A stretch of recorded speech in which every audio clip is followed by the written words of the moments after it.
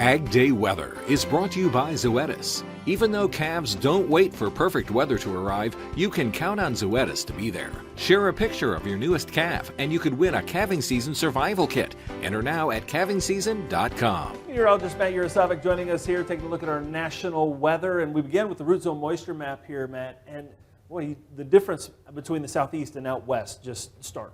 Oh yeah, there's been a lot of moisture really for the eastern half of the country, but back in the west, there hasn't been a lot, but that's going to change over the next week or so.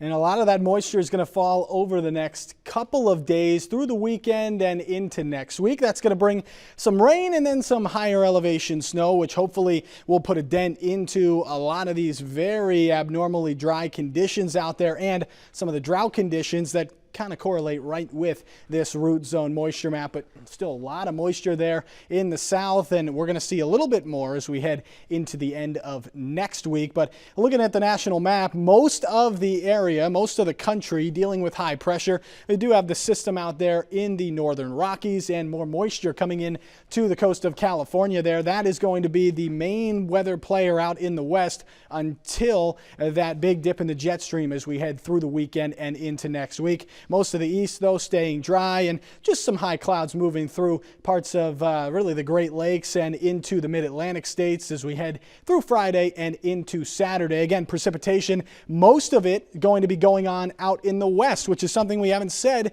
in quite a while. This takes us through the day on Sunday. You'll see a lot of it out in the west, more snow in the upper Midwest, and then some more rain breaking out in parts of the Mississippi and Ohio River valleys there. And then if we look at the snowfall, most of this also going on in the west, as we showed you just a little bit ago. A lot of the Rockies seeing some decent snowfall, including places like Denver, Salt Lake City, and then even back towards Carson City there in the mountains of California before we get some snow going here in the upper Midwest by the time we get into the weekend. And again, temperatures very warm out ahead of this big dip in the jet stream, so it'll stay mild out here in parts of the center of the country and in the south, but we'll eventually start to see the cooler air filter in as a lot of that moisture starts to move in. But tomorrow afternoon, still very warm right up through the middle of the country while staying pretty chilly across the northern tier. And that's all because of the jet stream coming in, bringing up the big ridge there right in the middle of the country. But again, here comes the jet stream taking a dip as we head through the weekend and into next week.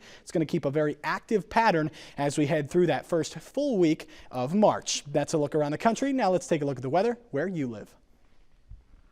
Youngstown, Ohio, a morning snow shower, but otherwise mostly cloudy, a high of 32 degrees. Morning snow showers in Brookings, South Dakota, a high of 26 degrees. And Tule Lake, California, mild with rain showers, a high of 53.